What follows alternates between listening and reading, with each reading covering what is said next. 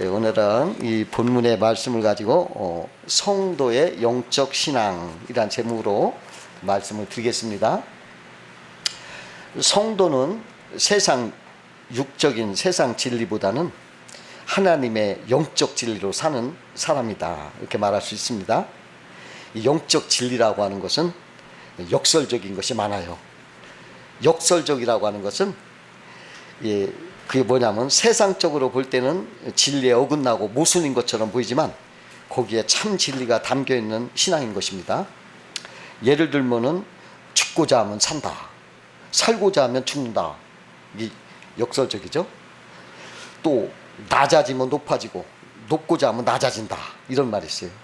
그러니까 세상 진리로는 모순되고 어긋나지만은 영적으로 볼 때는 참 진리요 성공과 행복을 가져다주는 축복된 말씀인 것입니다. 그래서 예수님은 본문에서 제자들에게 이방인들의 집권자들이 그들을 임의로 주관하고 그 고관들이 그들에게 권세를 부리는 줄 너희가 알거니와 너희 중에는 그렇지 않을지니 너희 중에 누구든지 크고자 하는 자는 너희를 섬기는 자가 되고 너희 중에 누구든지 으뜸이 되고자 하는 자는 모든 사람의 종이 되어야 하리라, 이렇게 말씀했어요. 이 세상 따르지 말고 영적 진리를 따르라 하신 말씀입니다.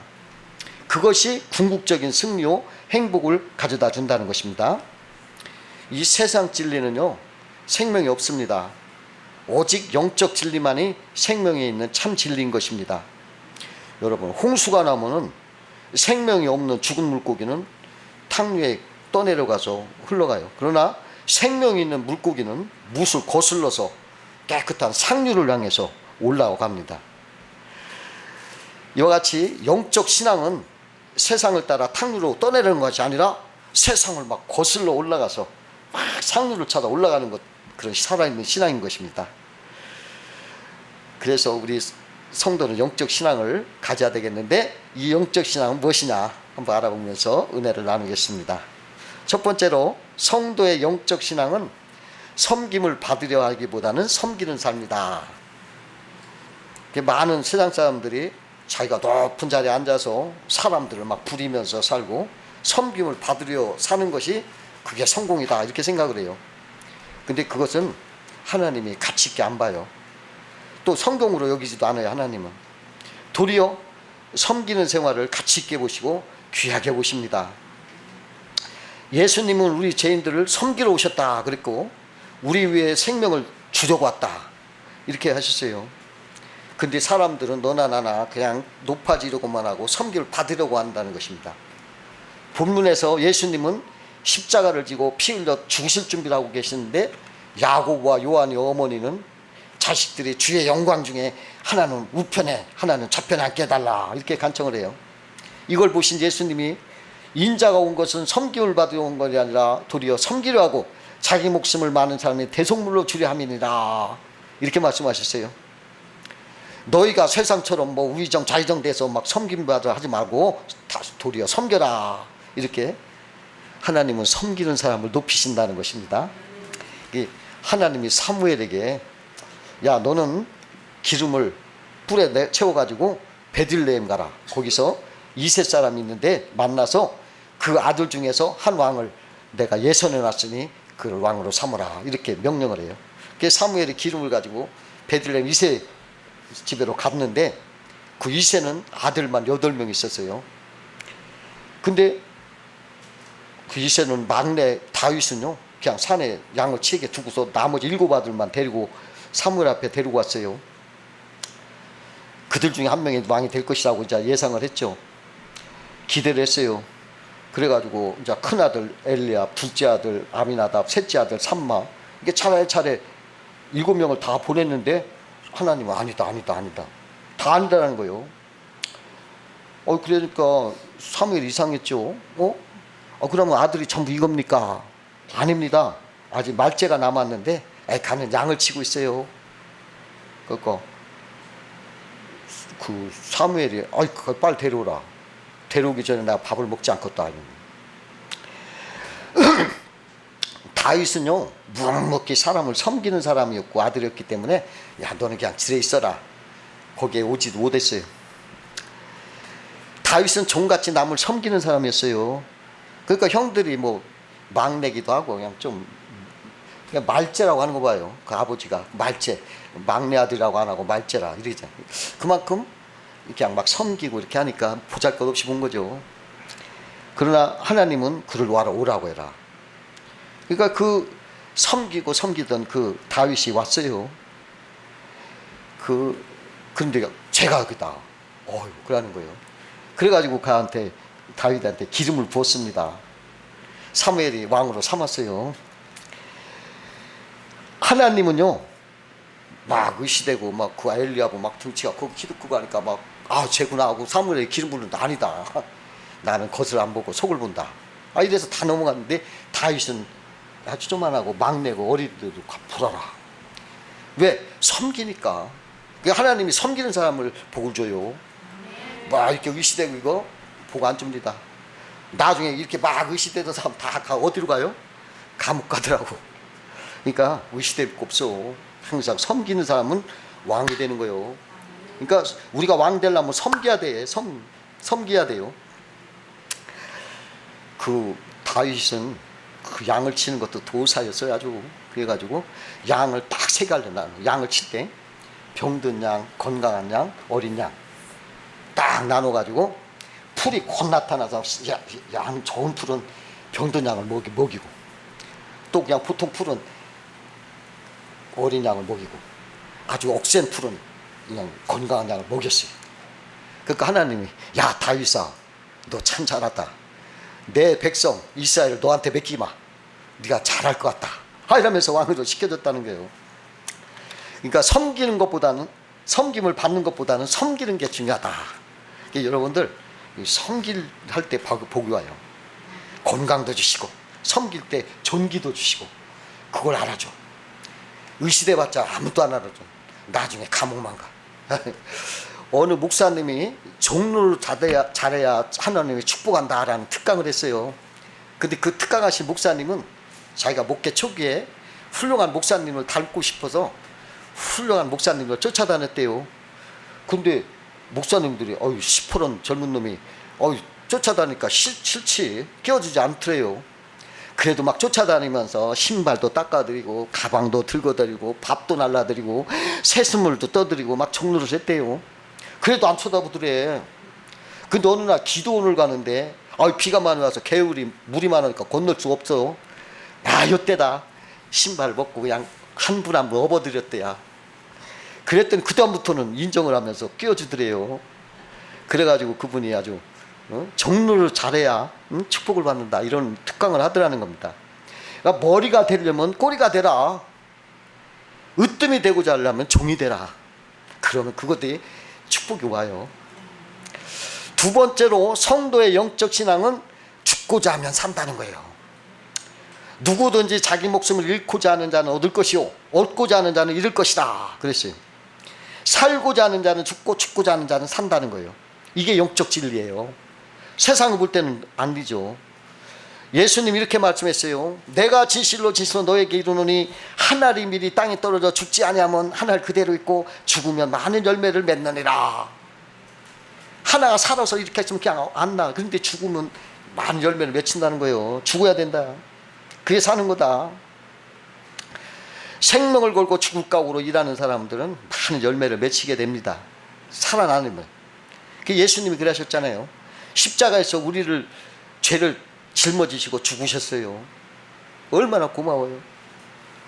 이 땅에 오신 목적이 죽으러 오셨다는 거예요. 우리 예수님은 살라고 오신 거 아니에요. 나는 죽으러 왔다는 거예요. 나는 대속물로 왔다. 죽으러 왔다. 이래서. 인자가 온 것은 섬김을 받으려 함이 아니라 도리어 섬기려고 자기 목숨을 많은 사람의 대속물로 주려 함이라. 이래서. 근데 그 죽으려고 했던 사람이 살았어. 오히려 부활하셔서 영원히 지금도 살아계셔. 죽으러 오신 분이 영원히 사시는. 그 영국과 프랑스 사이에 도보 해협이 있어요. 바다가. 그곳에 프랑스 군사 요새 깔레라는 시가 있는데 영국이 와서 그 깔레를 포위했어요. 그러고서 깔레 시민 10명의 생명을 내놓으면 내가 풀어주고 돌아가겠다 이래요.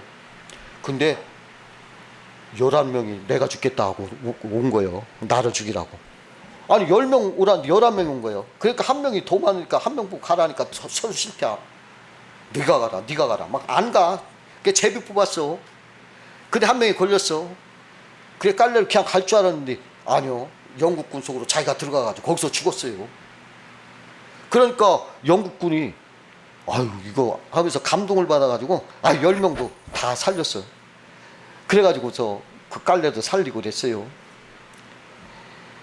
여러분 다 죽고자 했을 때 다 살았다는 거죠. 여러분 얼마나 위대해. 죽고자 하면 사는 거예요. 11명이 다 죽고자 하니까 다 살게 됐다는 거예요. 우리도 죽고자 할 때 살아요. 꼭 그거 아셔야 됩니다. 죽고자 하면 반드시 살 길을 열어줘요. 나는 이런 생각을 해봤어. 이거 이순신 장군도 생필즉사, 사필즉생. 이게 무슨 말하면 죽고자 하면 살고, 살고자 하면 죽고, 죽고자 하면 산다. 이 말을 하면서 임진왜란을 이겼거든요. 야, 그때도 이 복음이 들어갔구만. 그거 틀림없을 것 같아. 이 말은 아무나 할 수 있는 소리가 아니야. 예수님 외에는 이런 말씀이 안 나와.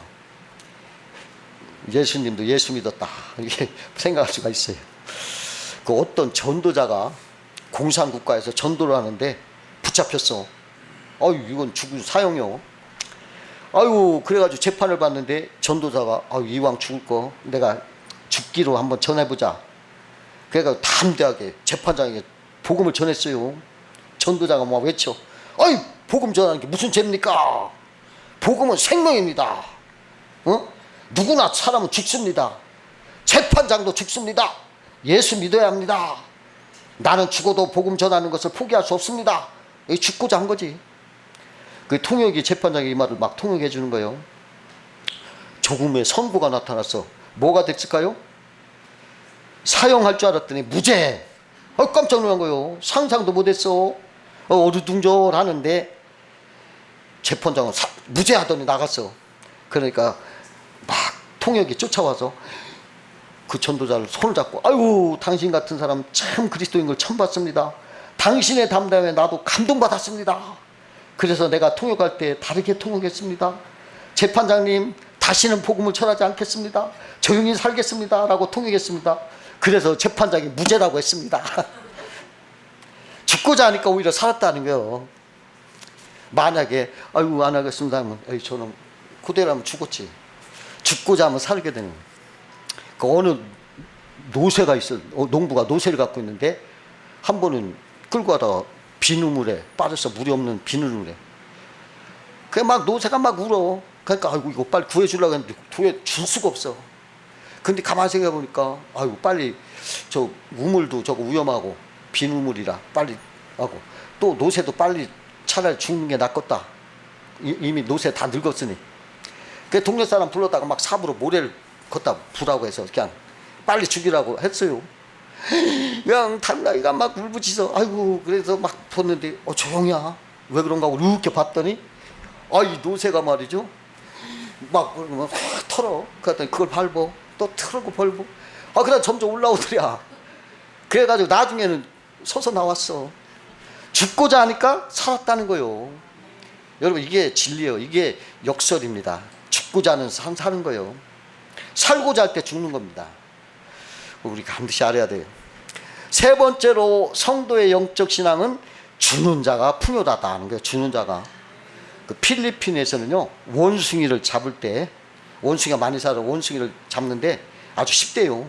어떻게 하냐면 원숭이가 사과를 좋아한대요.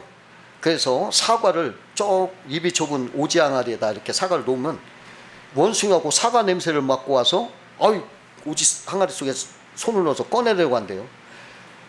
근데 이게 사과를 꽉 잡으니까 이게 나오지 않는 거예요. 그 오지 중대가 좁아서.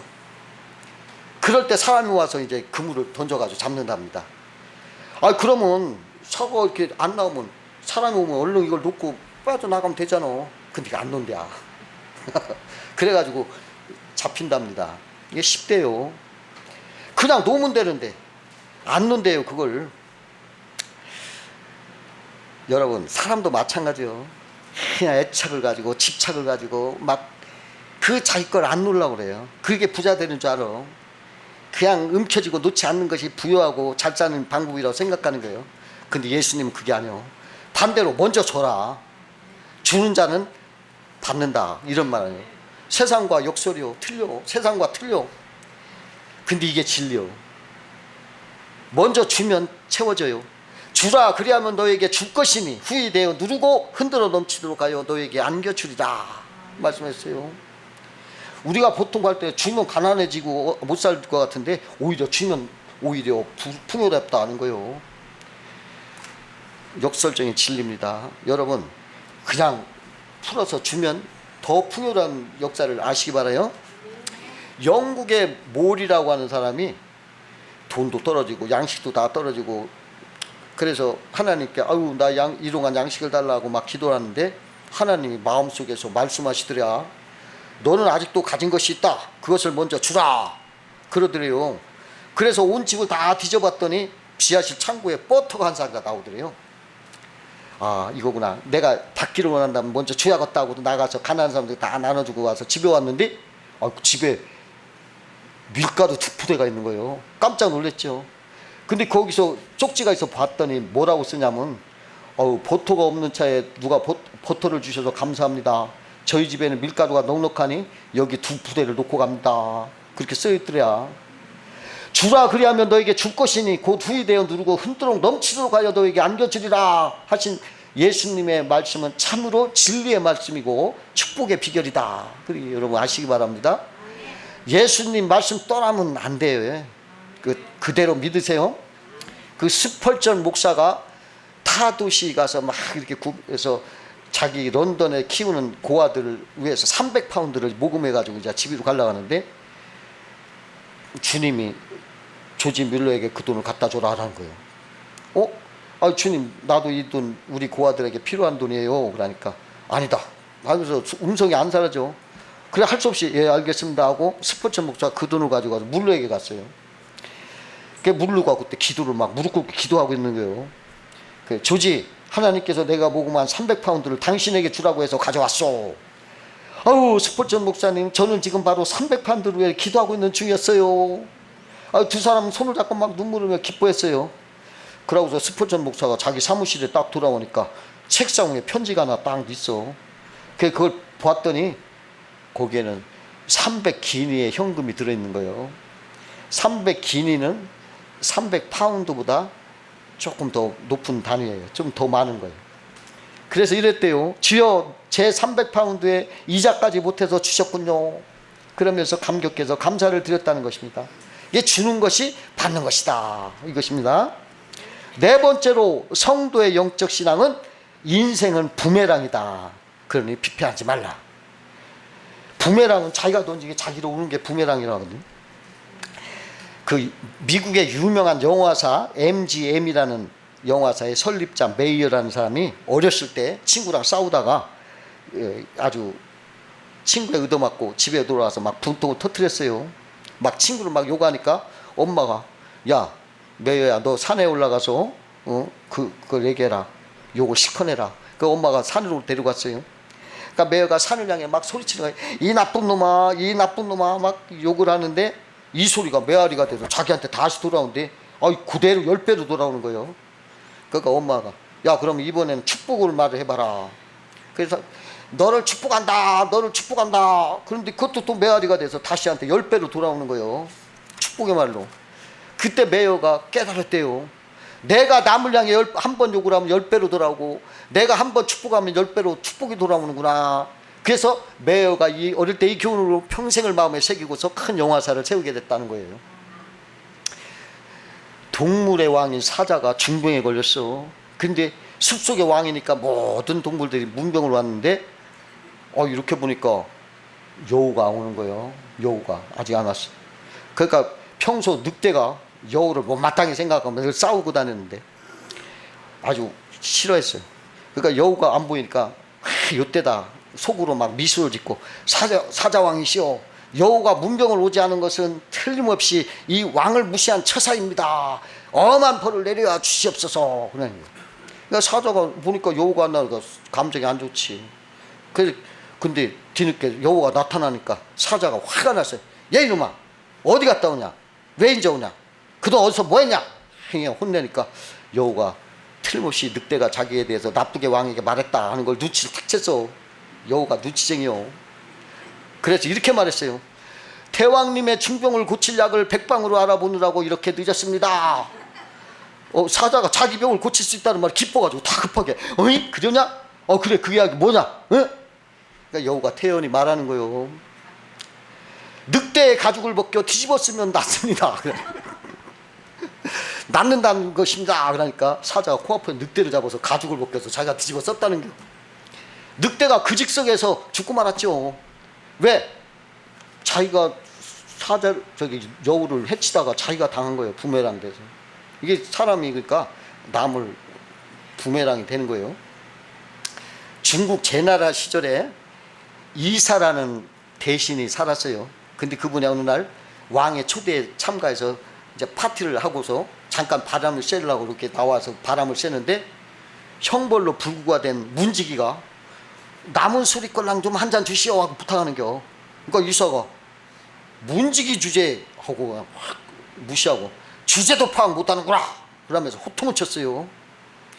근데 이사가 돌아가자 문지기가 처마 밑에다가 마치 소변을 본 것처럼 물을 뿌려두었어요.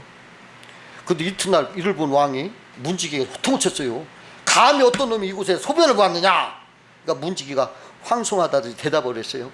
잘은 모르겠사오나 어젯밤 이사 대감께서 거기 계셨습니다. 이 말 한마디 이사가 목이 딱 나가 죽었어요. 남을 무시했잖아. 문지기 주제 하는 걸 그 말 한마디가 다시 돌아온 거예요. 자기 무서운 부메랑으로. 말 조심하고 남 하면 그거 돌아와요. 큰일 납니다. 프랑스 혁명 때 로베스 피에르라는 사람이 있었는데 그 사람이 단두대를 발명했어요. 사람들 처단하는 단두대. 칼이 탁 떨어지면 목이 딱 떨어나는 단두대. 그런데 그 로베스 피에르가 자기가 만든 단두대에 자기가 죽었어. 여러분, 자기가 만든 자기 단두대에 자기가 죽었어. 인생은 부메랑이라는 것입니다. 우리 속담에도 남잡이는 제잡이라는 말이 있어요. 이게 뭐냐? 남을 해치는 것이 자기를 해치는 것이다. 그러므로 원수도 사랑하며 사는 것이 영적 신앙이다. 그것입니다. 다섯 번째로 성도의 영적 신앙은 약할 때 강하다. 약할 때 강하다. 사도 바울이 하나님 앞에 내 몸에 가시 좀 빼달라고 막 3번이나 기도를 해요. 고통스러워서. 근데 하나님이 뭐라고 하시냐면 내 은혜가 내게 족하도다. 이는 내 능력이 약한 데서 온전하여짐이라. 이렇게 하는 거예요. 그 육신의 가시가 그에게 있기 때문에 조금 교만하려면 쿡 찌르는 거예요. 아이고 내가 별거 아닌데 이렇게 교만했구나. 막 자랑하려고 하면 또 쿡 찌르는 거예요. 아이고 내가 자랑했구나. 뭐 이렇게 또 말하면 쿡 찌르는 거예요. 아이고 하나님 두렵구나. 항상 예수 그리스도 안에 머물더라는 거예요. 그러니까 그 가시가 자꾸 찔러주니까. 만약에 가시가 없으면 당장은 좋고 편한 것 같지만은 하나님 은혜도 없어지고 하나님 능력도 없어지고 사도 바울에게 다 사라져 버리니까 아무것도 안 된다는 거지. 그러니까 사도 바울이 가시가 있어야 아이쿠 하면서 복종하고 순종해서 살아간다. 그래서 난 이걸 자랑한다. 막 이러면서 기뻐했다는 거예요. 여러분도 가시가 있어야요. 맨날 편하더군. 이게 교만해져가지고 위아래도 모르고 막 이러다가 얻어 터져. 그냥 큰일 나. 모세는 40대 젊고 막 왕자의 신분이요. 힘있고 젊고 그냥 활발해. 그럴 때 자기 동족을 구원하려고 했는데 실패를 하고 사람을 죽여서 살인자 신분으로 도망을 가서 미디안 광야에 숨어 지냈어요. 모든 걸 다 갖췄지만은 또 다 강한 것이었지만은 그게 약점이요. 그것 때문에 하나님을 의지하지 않았던 거예요. 자기 힘으로 해보려고 했던 거예요. 그러다가 실패했어요. 그런데 미디안 광야에서 40년 동안 숨어 다니면서 모래바람 맞으면서 양을 치면서 막 고생해서 40년 지나니까 머리가 허여져가지고 노인네가 돼가지고 등을 구부러지고 아무 힘도 없고 무슨 이제 뭐 능력도 없고 권세도 없고 신분도 없고 양치기요. 그죠? 아무것도 할 수 없는 양치기. 그런데요, 그렇게 비천한 사람이, 그렇게 약한 사람이 오히려 이스라엘 백성을 해방시켰어요. 이게 뭡니까? 모세는 이제 다 없으니까 그저 하나님만 의지한 거예요. 전능하신 하나님 붙잡고 그냥, 그러니까 거기서 이스라엘을 구원할 수 있게 하시는 거예요. 하나님 앞에 연약할 때 의지하게 되면 더 강해진다. 내가 병이 들고 내가 약하고 가난하고 할 때 아이고 하나님하고 막 붙들 때 그 사람이 강한 거예요. 내가 지혜가 있고 힘이 있고 내가 뭐 돈 있고 뭐 내가 뻥뻥 어림없어요. 모세가 그냥 쫓겨나고 살인자 돼서 도망갔잖아요. 실패하는 것입니다. 하나님을 의지하지 않으면 여러분 실패하는 겁니다. 여섯 번째로 성도의 영적 신앙은 죄가 더한 곳에 은혜가 더한다 하는 거예요.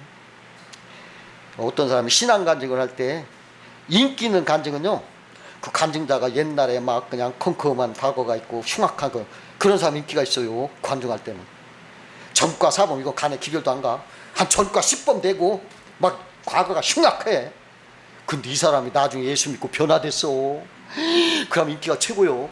아유 막 전국적으로 알아면서. 그게 죄가 많은 거예요. 은혜가 넘쳤다는 거예요. 그러나 간증하는 사람이 나는 어릴 때부터 모태신앙이었고 주일학교 모범생이었고 성경학대 봉사자였고 집사되고 권사되고 장로되었다 하고 간증하면 얼마나 훌륭한 간증이요. 어휴 박수 칠만하지. 근데 아무도 안 들어. 안 들어. 왜? 그거 안 들어. 재미없어. 죄가 넘치는 거죠. 하나님 은혜가 넘치는 그런 은혜를 듣고 싶어하는 거예요. 사람은. 여러분 미국의 미시시피 거대한 강이 험산 절벽의 산을 만날 때 생긴 그 폭포가 세계적으로 유명한 나야가라 폭포예요. 험한 산에 깎아지는 바위를 절벽을 거대한 강물이 덮어서 세계적인 명승지로 유명하게 되었어요. 험하고 죄 많고 절망적인 인생에 하나님의 은혜의 강물이 막 덮으면 더욱 아름다운 하나님의 영광이 나타나는 거예요. 여러분들 내가 아무리 절망적이고 내가 아무리 흉악하고 아무리 전과 10범이면 괜찮아. 하나님의 은혜가 입하면 더 영광스러워요. 여러분 그걸 가지고 사세요. 죄가 더하는 곳에 은혜가 더하는 영적 신앙. 그렇다고 죄질하는 거 아니에요. 그 순서가 바뀐 거예요. 바울이 그랬어요. 죄에 대해 죽은 자가 어떻게 죄를 짓느냐.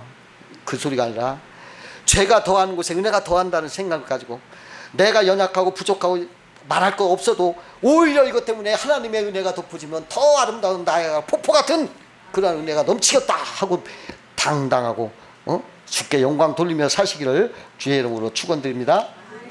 기도.